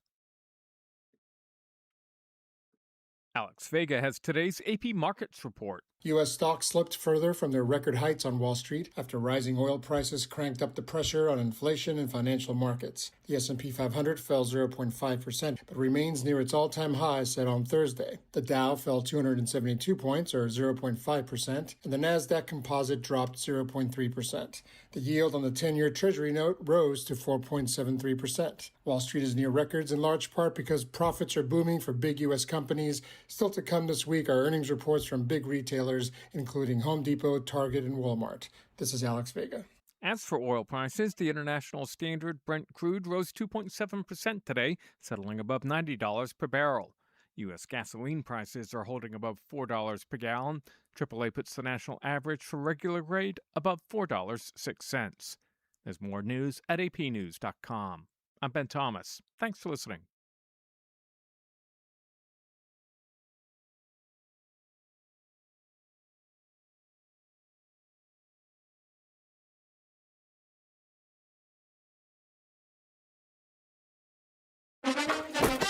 Fox Sports Update. Atoning for his mistake. The 2-0. Driven deep to right field. Going back, Lucas on the track, looking up. See ya! That's how you make up for an error. A 2-run home run, and the Yankees lead 4-2. Yankees slugger Ben Rice with what proved to be the game-winning home run on the Yes Network in the 10th inning in Toronto. New York hanging on to beat the Blue Jays by a score of 4-3. Rice's error in the 9th inning had allowed the Jays to tie the game up. Meanwhile, the Milwaukee Brewers now have the best record in baseball. They took 3 out of 4 from the Dodgers over the weekend. Jake Bauers with 4 hits and 2 runs batted in as Milwaukee beat the struggling Dodgers 6-2 in the series finale. Sunday night baseball, it was the Mariners over the Astros 3-2. A rarity in baseball, we had a complete game. Noah Cameron with the complete game 1-hitter and the shutout. The Royals blanked the Angels 3-0. The Athletics over the Rangers 5-2. Rockies outslugged the Giants 13-7. Bryce Harper and the Phillies beat the Twins 7-5. At Wrigley Field in Chicago, the Cardinals beat the Cubs 11-4. Mets beat the Nationals 4-3. Mets sweeping that series. Padres blanked the Guardians 5-0. Marlins over the Reds 7-1. The first place White Sox keep on trucking. They sweep the Tigers with a 7-5 victory in the series finale. Pirates over the Red Sox 8-3. Matt Olson with a 3-run bomb in the 7th inning. The Braves beat the Diamondbacks 5-3. And the Baltimore Orioles swept the first place Tampa Bay Rays, a 10-2 victory in the series finale. From the WNBA, the Fever beat the Dream 95-91 in overtime. Caitlin Clark out-dueling rival Angel Reese. The Sky beat the Storm 82-80. Fire over the Mercury 88-85. Phoenix retiring the number of the league's all-time leading scorer, Diana Taurasi. It's Game On with the Fox Sports app, and that is available wherever you go to download your favorite apps. I'm Frank Lanza. Get more on the Fox Sports app and foxsports.com.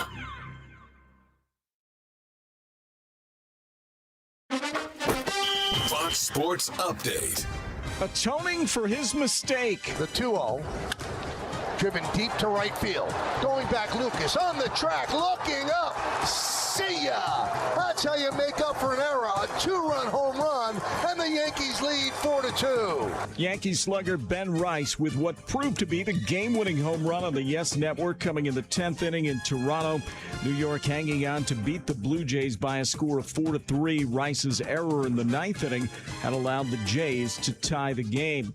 Meanwhile, the Milwaukee Brewers now have the best record in baseball after taking 3 out of 4 from the Dodgers over the weekend. Jake Bauers with 4 hits and 2 RBI as Milwaukee beat the struggling Dodgers 6-2 on Sunday.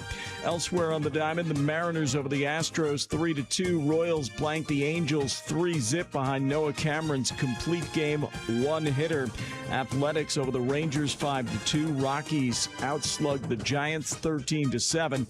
Phillies beat the Twins 7-5. Cardinals beat up on the Cubbies at Wrigley 11-4. Mets complete the sweep of the Nationals with a 4-3 victory in the series finale. Meanwhile, the Padres blanked the Guardians 5-0. Marlins over the Reds 7-1. The first place White Sox keep rolling. They sweep the Tigers, winning 7-5 in the finale. Pirates over the Red Sox 8-3. Braves over the Diamondbacks 5-3. Matt Olson with what proved to be the game-winning 3-run home run in the 7th inning. And the Orioles sweep the first place Rays in Tampa 10-2 on Sunday.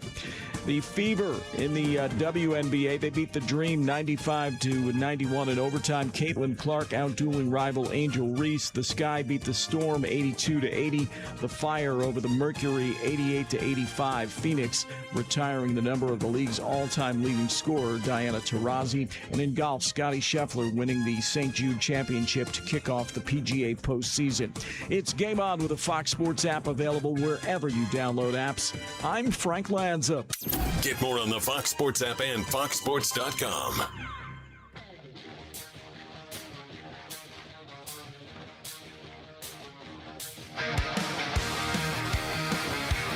All righty, Marianas. It is 9:09. We are into overtime here on Tuesday morning with Good Morning Marianas. But we've got a lot more to do, too. After this, you think we're done? No, fun fact, we're not done. We got a lot going on today.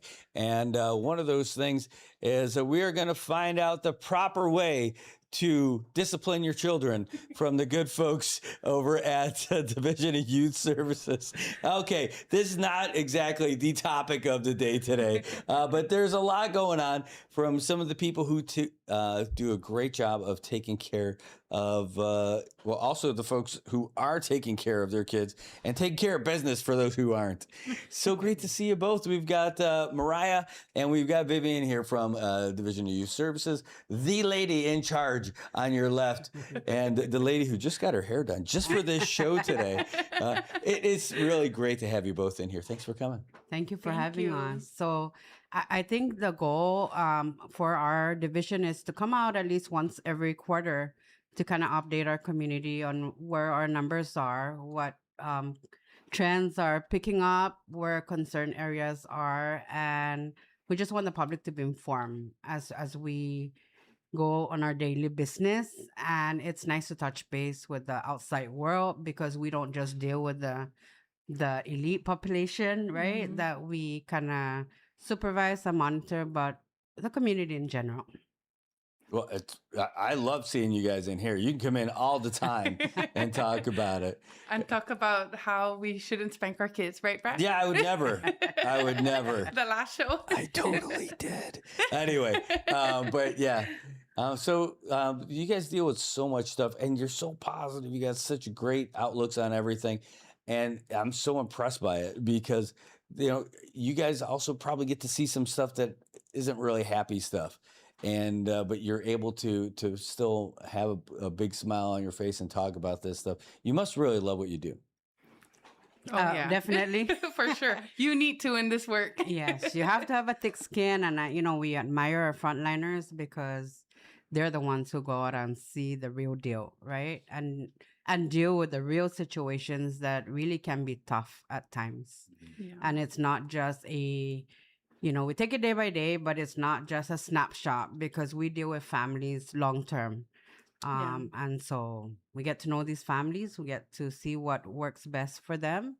And ultimately, our goal is to make sure that our families are strengthened in all the ways that we can induce. But we also want to thank them for working with us. That's for sure. That's great. And frontliners and families, it's maybe oftentimes the first introduction to both of them at the same time is probably not a good one. With I know you've got a lot of stuff that you're going to get to, but like, how does that usually start? I mean, how is it? Is there one way that happens all the time? Is it different all the time? Somebody calls and says, "Hey, can you check these guys out?" Or the authorities say, "Hey, we're responding to this. We need your help." How do you get involved in situations? Yeah, so our reports come in from everywhere. DPS, CHCC, PSS is our number one reporter. And so every time, we're not in school, our reports go down. The reports come in from there. And once we get a concern for child safety, then we go in and check. It doesn't matter if it's, we don't know if it's really happening, just suspected abuse is enough for us to come in and check on the family. Yeah. Wow. So we've been focusing a lot on prevention services instead of, just intervention. That's why we do stuff like this so our community is aware so we get the families the early support they need. And that's part of our prevention piece. All right. We want to change that mindset of folks kind of staying away from DYS because we're here to help. And that's our main key here. Job is to make sure that families are provided with what they need, whatever protective factors, work on those, and minimize those risk factors. Well, I can tell you, nobody calling my parents, but if they would have called my mom, hi mom, yeah, all the items, the wooden spoon, the hairbrush, we didn't have Zori's. So, but Zori's probably would have been one of those frequent flyers for us for sure. But it's 2026 now. Yeah, things are different. Things are different. Yeah. And we don't want to, a lot of the cases we see, Brad, and I know we spoke about this, spanking, and that's a huge thing here in the CNMI. But a lot of the cases we see, and I love to share with the community that a lot of the child abuse cases actually start from spanking. So we get cases where parents, start spanking and then they don't know when to stop, right? Then it becomes abuse. So, but we're here, just call us. We're here. We got our parents. We always tell them we can help them. We have parenting classes. We have a lot of support at DYS. So we got everyone's backs.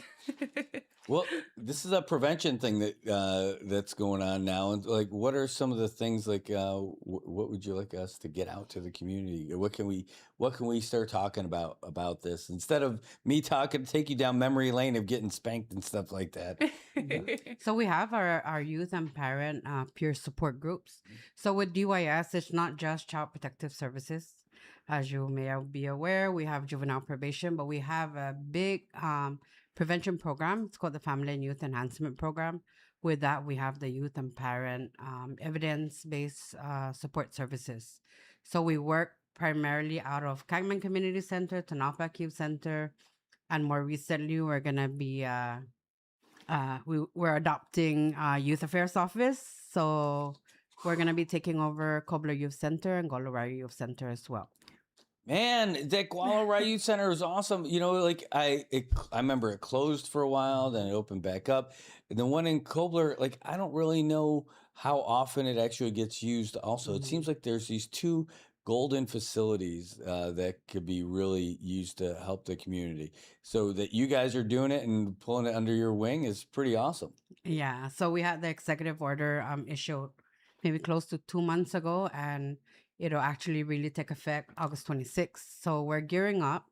We've been transitioning all our program information, and we're also going to sit down with the program staff and see how we're going to merge it into our prevention program and go from there. But definitely the facilities also themselves need some rehabilitative services. So those are in the works, some as far back as Typhoon U2. So we're going to make sure that those things are get done and we open it up to the community. Well, look forward to it. All right. So what are some of the other things you got going on? Well, I wanted to share the how many cases we have, how many reports came in, and kind of just highlight like the numbers of abuse cases we have here, just so Okay. our community is aware. So from October, our fiscal year started October, and so from October through June 2026, CPS received 294 new cases involving 733 children. But you know, we all know that new reports are only one part of CPS's work. At the end of June, we were actively working on 785 total cases across the CNMI. Wait, and how many people do you have working for you? We have we have 8 caseworkers on Saipan, 2 on Tinian, and 2 on Rhoda. And almost 800 cases Yes. CNMI wide. Last year, for fiscal year 2025, we had 816 cases. It's now, this is just June, and we're already at 749. So we're almost there to our numbers last year. And the fiscal year is not even over. Yeah. And what's important to note is these numbers involve the carryover cases. So cases that Yes. came in from FY 2025 that we're still working with. Yeah.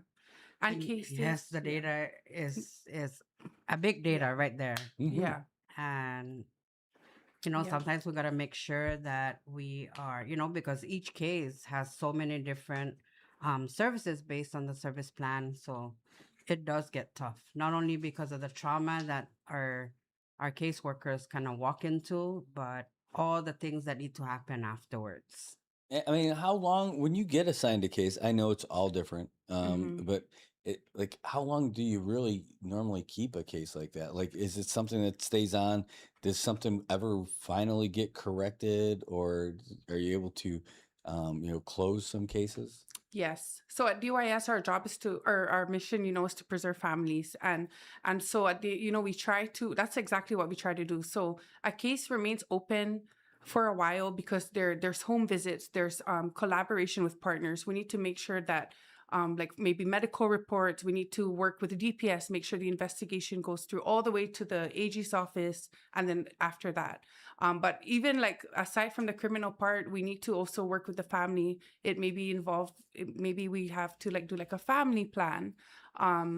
And you know, figure out what services are needed and identify the gaps and weaknesses so that's when we can help them.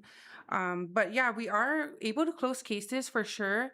And even when we do need court intervention, when the court determines that the cases can be closed in the court's end, we still keep monitoring on our end, and then until we can close it. And in order for a case to be closed, is a family must be able to, you know, be independent, not to rely on DYS services, and they're able to do things on their own, where they know where to go for health insurance, they know, you know, how to do things. So there's really a lot like to a case. We don't just end the night that we respond.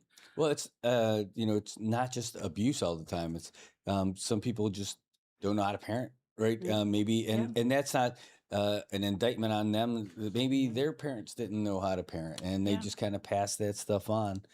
And so you basically kind of you get the parenting 101, like, and it's got to be difficult. Man, I'm started just thinking about all the other things because when I think of DYS, I always think of the abuse stuff, Mhm. you know. And but the things like again, like you said, the schools are number one reporters for you, right? Yeah. So that could be like especially health stuff. Like Yeah. when you just said the health insurance stuff and the providers, I'm like, holy smacks! I didn't even think about the kid comes down with lice and maybe Yeah. something's going on, and that's just like one thing, right? Yes. Could be all kinds of other Yes. you know Yeah. issues. Yeah. And from the get go, I think we deal with a lot of those basic needs. You know, we talk about IDs, we talk about birth certificates, we talk about meeting their immunization requirements, Mhm. social security cards, all kinds of stuff before we can move on Yeah. to the bigger Yeah. part of the plan. Yeah. Wow. Yeah, there's a lot. We do a lot at DYS, Brad. Yeah, clearly. Including transport. Yes. So we Really? transport to and from school. So we have our DYS emergency shelter, which is a 24/7 operation. And that's where that's where we place those victims of child abuse and neglect. If they cannot remain at home and there's no other placement suitable for them at a given time. Yeah. Do you do is this like a foster program too? Is that something else that's in there? We do have a kinship and foster care program. So anyone interested in being foster parents can also contact DYS. Oh, well, I bet you have some heartwarming stories for that Yeah. too.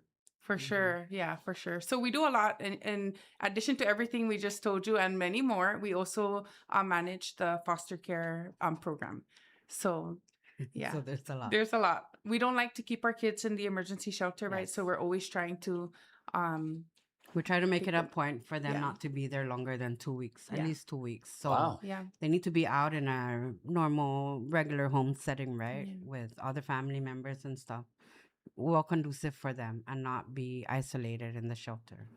Although we do have some programs in there, it's just not the best way Yeah. or not the best idea to be in Yeah. there for longer than 2 weeks. But Unfortunately, we do have the returns, Mhm. and it is what it is, right? Because that's where they go back to Mhm. if they need to secure a safety placement while our caseworkers are working out other plans.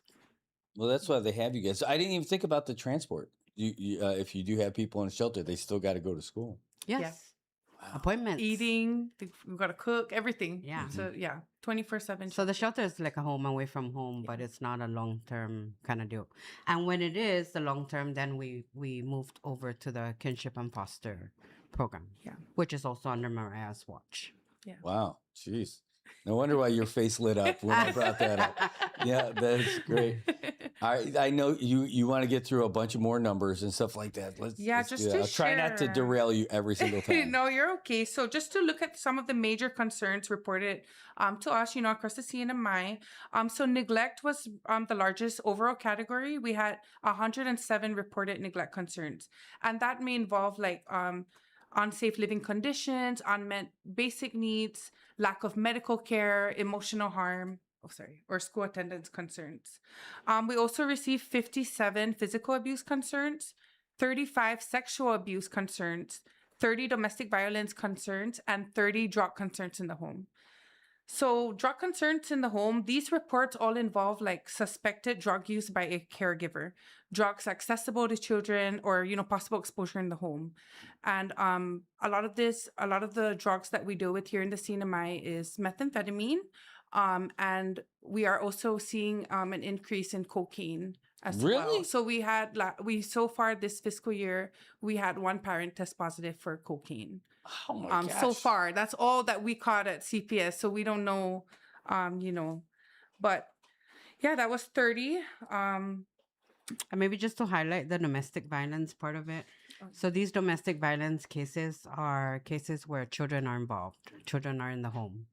Man, it's just awful. I'm so so glad that we've been lucky enough where that's not a thing for us, and that my parents weren't involved in stuff like that. But I can't imagine what a handicap it is for a child to go through when your parents are the ones who are bringing all that stuff into the home. Yeah. The parents are supposed to defend those kids. I don't know. Sorry, I just it's disheartening for me, and I'm just a rookie at hearing it. You have to deal with this stuff all the time, so I can't imagine, how you can process that stuff on a regular basis. Yeah. So what V said about domestic violence, it is a child safety concern, right? Because children are affected by what happens, even if they're not the direct target of the violence, they're still affected. And so, we're there, we're involved with domestic violence reports, even sexual abuse. So we received 35 sexual abuse concerns through the end of June. We saw the highest number in Q2. We had 21 concerns reported. And we work closely with DPS, CHCC, and the AG's office for sexual abuse cases. Do you get the support you need from those guys, from like DPS and from the Attorney General's office? Are they in your corner every time they're ready to go? Yes, we have a multidisciplinary response team, and it's us, DPS, AG's office, and yes, and other community partners as well. We have a good relationship with them. We work very closely with them and our community. Yeah. So it's really important to maintain that relationship, because we are DYS caseworkers are the only certified child forensic interviewers on island. So in that multidisciplinary team, DPS and AG's office need to be part of it. So they have no choice but to work with us. Yeah. And not only that, getting the case prosecuted, I think it's really important for victims. No, it's crushing. You just hearing the topics, like hearing the categories and all that. Yeah. All these ills that can befall a child. So it's awful. But thank God they got folks like you two and your whole team that are over there, making sure that one, the parents who don't know how to parent can become pros at it, but then the folks who have to go through some of those tough times, they need that light at the end of the tunnel, like you guys. Yeah. So highlighting our prevention program, Brad, we go as far as providing services for families with children with disabilities, because we have a small pot of funding for that. So we're just kind of identifying ways where we can provide the support. Maybe it's just that one connection that we need to make for our families. You mentioned earlier, maybe they don't know how to parent. Maybe it's just making that connection. But I feel like once we establish that relationship and that rapport with our families, I think it gets easier to kind of accomplish what we need to do. Yeah. We do have parents that take a while, longer than others, but I think it's just a matter of being positive and providing the support to them. Yeah, and we really try to provide support in every aspect, because we have a peer parent support advocate program, so we have peer parent advocates now. And so if they don't want to talk to us, they can talk to our parent advocates, and then they can advocate for them, because we have to advocate for the kids. So these are parents with lived experience. Yeah. And so every time we see a gap, we try to fill it. Another program too that we did since last fiscal year was DYS Youth Advocates. So now we're carrying it on as youth ambassadors. So we have youth ambassadors that go out there and they talk about child abuse and neglect. And I love it because when we go to schools, they're like, oh, we know DYS. And so we also have kids reporting. We had an 8-year-old girl that reported domestic violence on her parents. She called us and it was the middle of the night. So that tells us that the kids are listening and they know that DYS is here. And maybe it's through our youth, but whatever it is, we're here and we're going to find a way to make sure that they're informed. Yeah. Wow. Just, you guys are just hometown heroes. That's it. We're very fortunate with our staff, with our prevention program. And you've heard, we just concluded our TBO program, but we've actually supported both TBO programs these past years. So that plus our summer program, Summer Youth Empowerment Camp. And then right now we're getting ready to start again our after school program. So a lot of support for our parents, right? Get that stress level a little bit fix. Yeah. Well, it'll help a lot now because school's starting. There's Mhm. kids going off, get out of the house, go, and thankfully, some of those. There's so many different factors, right? They're not excuses, but factors for some of this, and some of that is right there. Just trying to feed your kid, trying to be a provider, and all Yeah. that other stuff. And these school lunch programs now definitely going to be helping, right? Yeah. For some of that. Some of our staff actually sometimes they're on the phone for like 30 minutes, 40 minutes just talking to a parent. If that's all it needs, then so be it. Yeah. No kidding. You see us everywhere, Brad. Everywhere. One time I had to message her like, FYI, I'm at the poker rooms because I have to look for a client and they might see the DYS car. So I'm letting you know that we need to do this for court. And Look, so we're everywhere. if you're having a problem, Mariah, with gambling, there are people there ready to help you. Yeah, and so remember we have those courtship cases too. Wow, so we are yeah. the eyes and ears of the court, of the judge. So we gotta do what it takes to kind of bring it back to. I bet you get a ton of support from all kinds of folks. Got a message that came in. Will DYS have more community or village activities coming up? Oh, yes, for sure. Definitely. Like I mentioned earlier, now we have the centers on the central and south side. We're going to make sure, even prior to the executive order, we were running some programs at the Kobler Youth Center. But our plan, just like how we brought KCC to an elevated level, we're going to make sure that especially the south side, because that's a big facility and we want to make sure that those are maximized. So yes, the answer. And we apologize for these past several months. As you guys know, we're also charged with the disaster shelters. Yeah. So Oh my God. we kind of got distracted a little bit to Yeah. make sure that everybody's accommodated or taken care of at the disaster shelter. So it was at one of the big shelters was at Kagaman Community Center, but we are back to although our main office still doesn't have power, we are kind of working out of our different programs to kind of make sure we continue what we've started and get those programs out to the community. Well, you guys sprang to action when there was a need, and that is kind of what you do for everybody anyway. So that you were able to do that for the shelters is wonderful. Now you can focus more on your main job at hand, which is, man, and it's so many. Like just doing some basic math, it doesn't say, you didn't mention how many were on each island and everything like that, but you said basically about 800, is like 7 something. And last year was 8 something, so it went down a little bit. So hooray! No, but that's for the complete fiscal year. Yeah. Oh yeah, and this one is we're as not of even June. there yet. Yeah, this is just third quarter. We have 3 more months. Yeah. So get beaten, kids. No, so so we try to keep that number down. But either We way, hope so, that's about like I think you said 8 here, then 2 in Tinian, 2 in Rhoda. Something. We have 18 total cases on Saipan. I mean, on Rhoda and Tinian right now. Oh, but personnel. Personnel. Oh, personnel too. Yes. Yeah, and so if you've got all that, you just do the math. That's almost like 90-ish cases, right, altogether per person. Each caseworker here in Saipan averages a minimum of 70 cases minimum each. Amazing. Yeah.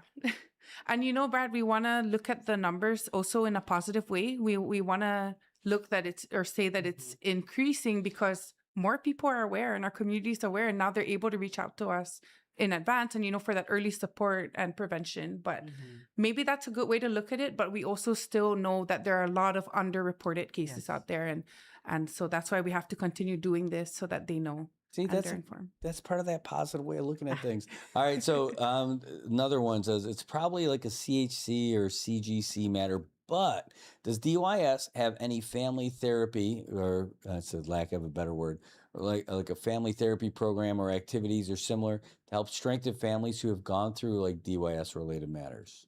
Yes. So like what our director here said, we have the Family and Youth Enhancement Program, and we do have a lot of referrals. Yeah. To CGC. Yeah.